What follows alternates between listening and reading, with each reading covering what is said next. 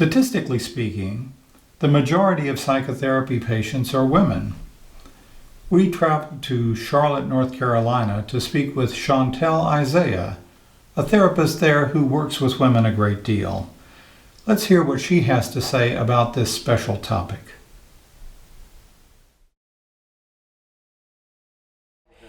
I'm Shawntal Isaiah. I'm a licensed clinical social worker here in Charlotte, North Carolina, and I manage a private practice called Isaiah Counseling and Wellness. I enjoy supporting women through life transitions and creating balance for themselves. Many of the common themes that I see with the women is a struggle to make themselves a priority. So women naturally, historically, have been conditioned to give, to help, to serve. And so as young girls, as teenagers, as young adults, as women, we've been taught to give of ourselves.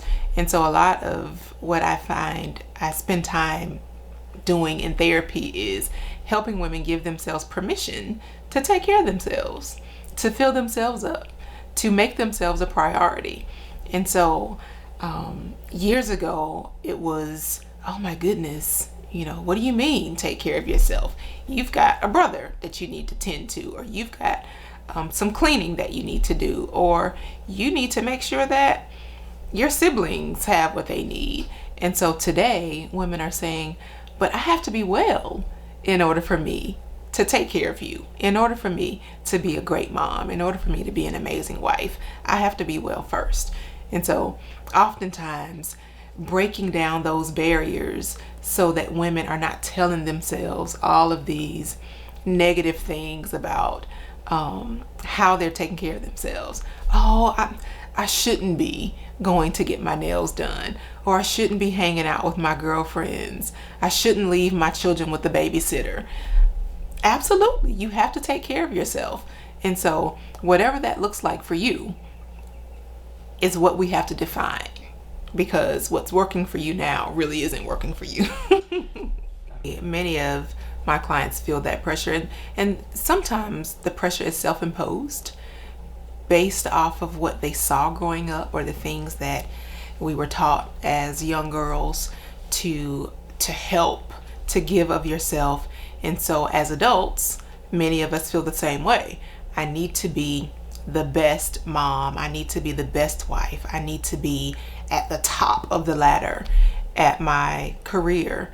And it's self-imposed pressure along with societal pressures to be great. And everybody defines great differently. That's an interesting concept, helicopter mom, because it's a real thing. Moms are hovering and they are trying to control everything, and it's so stressful. It's self-imposed anxiety. Oh my goodness, my child had an issue with the kid in school. I've got to go fix that. Or my child has practice every day of the week because I want them to be great at everything that they do. So I'm going to put them in 10 different sports. And so it's difficult. But again, what I do is I help them to create the balance. Who wants this? Is it you that wants this, or is it your child that wants this? And it's okay for you to create some space between you and your child. That helps them to become independent. That helps them to figure things out on their own. That helps them to need you less as they get older, which is the goal, right? For them to be independent. I think for women, it's oftentimes what I'm seeing is they're in positions. Many of the clients that I see are professional women, and so they're in positions where they want more, or they feel like they've got to work harder. If they're working in an industry that's male dominated, they feel like eyes are on them and they've got to work much harder, or they've got to stand out. They've got to prove themselves. And it's something that creates anxiety. Obviously, they feel the need to do that because they want to advance. They want to compete with their male counterparts, right? They feel capable. They are capable. And so it's a mindset shift ultimately, where they've got to be able to say, you know what, I'm here. I am able to do this, and I can get to where I need to be, but also not just because of what it looks like, but because this is what I feel is going to be fulfilling for me, not necessarily just the hierarchy. I think that women still have this unrealistic goal of this perfect family.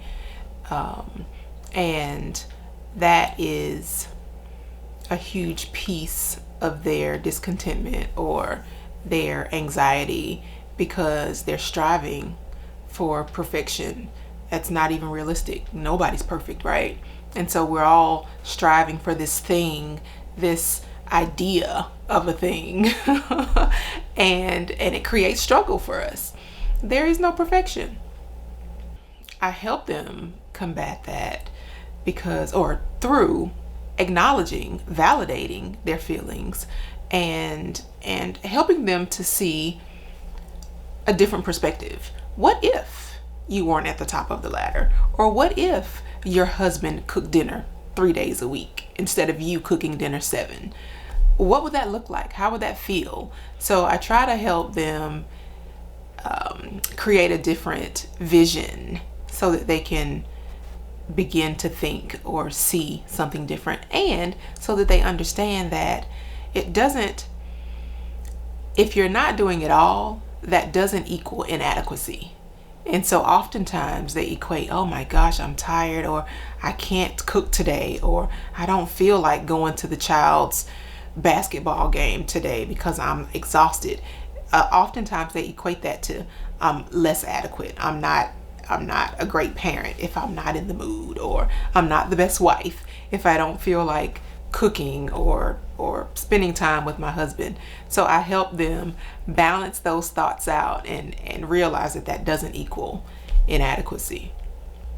I've encountered numerous women who will say that instead of it being the employer who's creating a challenge for their success or their progress, that oftentimes it's their spouse that is creating a challenge, or they feel threatened by their wives' success or level of success, or the speed of their progression. And so in that's a big deal, because they're with their spouse, and if their spouse isn't supportive, that's probably one of the things that I hear. He doesn't support me, or he doesn't get it, or he doesn't want me to work 50 hours a week in order to advance. This is what I feel like I need for myself, but my husband isn't okay with that. And so really, essentially, I offer to bring the husband in to help the wife or the girlfriend or the fiance have conversation with him, just to try to help offer another perspective, but also creating the balance in that. So if you have children and your spouse is saying, I'm not able to watch them today, or I'm not getting off work and coming home and doing whatever are the home responsibilities, then how else can we get those things done? Can you afford to hire a nanny? Do you have familial support in the city that maybe can help you? If the challenge presents itself, really what I do is just go through all of the options. What are things that are feasible? What are small steps, again, that you can take that maybe will help you to get closer to your goal, but also to help you still be available for your family. So I try to allow them to lead based off of what it is they feel like they need, because I have my own thoughts, and I try not to impose those on my clients.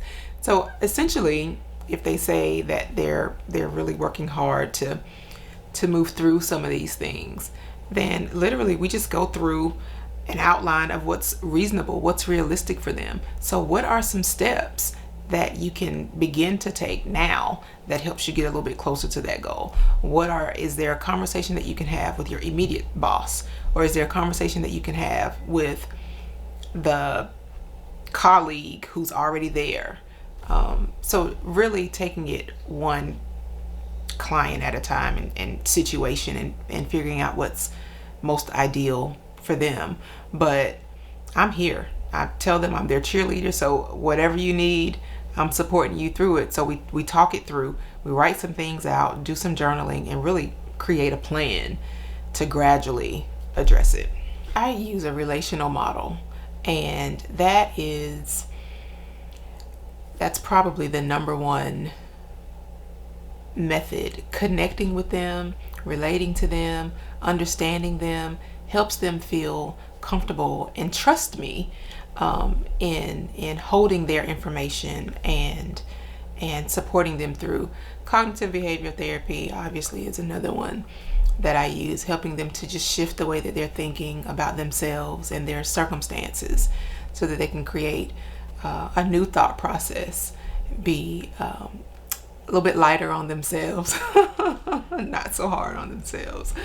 Existential as well, holding the space for them, sitting with them in the moment. This is what you're experiencing. This is who you are. This is how you can get through this in this particular situation. It's difficult when women present in therapy their own abuse, stories of their own abuse, or being in an abusive relationship in the moment, because everybody's at a different place. And so some women are they're open and they want change, they want something different, and some women aren't there, and so they're blaming themselves, they're shaming themselves, they're feeling guilty about the abuse that's happening. And so my responsibility is to hold a safe space for them to be able to talk about those things, and for them essentially to let me know how I can support them. So if you need support in stepping away from this relationship, I'm going to support you in that, and I'm going to do what I can. If you need support in how in the world do I cope when I have no idea how my day is going to look when I go home, then I'm going to support you in that. I try not to create the narrative for them and tell them what they need, but I've offered support to women outside of here in my office. I've offered support for their spouses or their partners. And so it really is, what is it that you need? How can I support you in that? It's very difficult though. I try to reframe some of the things that they're telling me so that they can hear what they're saying, and so that they can really understand what they're in. And so if someone says, it's not going to happen again, I may say, how many times have you told yourself that? Or how many times has that happened where you thought that it wasn't going to happen again and it did? So that I try to help them see their reality. It is hard. I don't ever, I'm not judgmental, so I'm not going to say, girl, how long are you going to stay in that? Do you want support getting out? Or do you want to try something different? Or maybe it is that I'm not the one that can support you through this. Maybe you need some support specifically from a domestic violence team that can help you through this and that can really walk you through, because sometimes there are very clear safety issues. And so I don't want to be amidst that issue if I'm giving you some support and then your spouse is saying you could never go to therapy again. So there are a range of things. Sometimes it means that I'm referring them to a team that is better equipped to deal with those immediate. One of the things that I've experienced in my practice is, generally speaking, women's openness in counseling to talk about past abuse, childhood abuse, abuse as an adult. And so with the Me Too movement, I can't actually say that I've experienced more of that. I think that the atmosphere and the nature of my therapy interactions with my client, for those that it applies to, that it comes forth, it has come forth over the years. And so it still has. Maybe there's more conversation about other people's experiences now that more people are being vocal. But I think in my experience, and it may be because I have a history or my experience at one point was focused on sexual abuse. And so that may be a reason why I'm still seeing a lot of that. But I think women are starting to use their voice. They're starting to recognize their voice and say, wait a minute, it's okay for me to set a boundary. Actually, it's a good thing for me to set a boundary, for me to say, no, I can't do this, or no, I don't want to do this, or this is not a good fit for me. Just being able to be assertive and to acknowledge your limits I'm starting to see more women doing that, which is refreshing.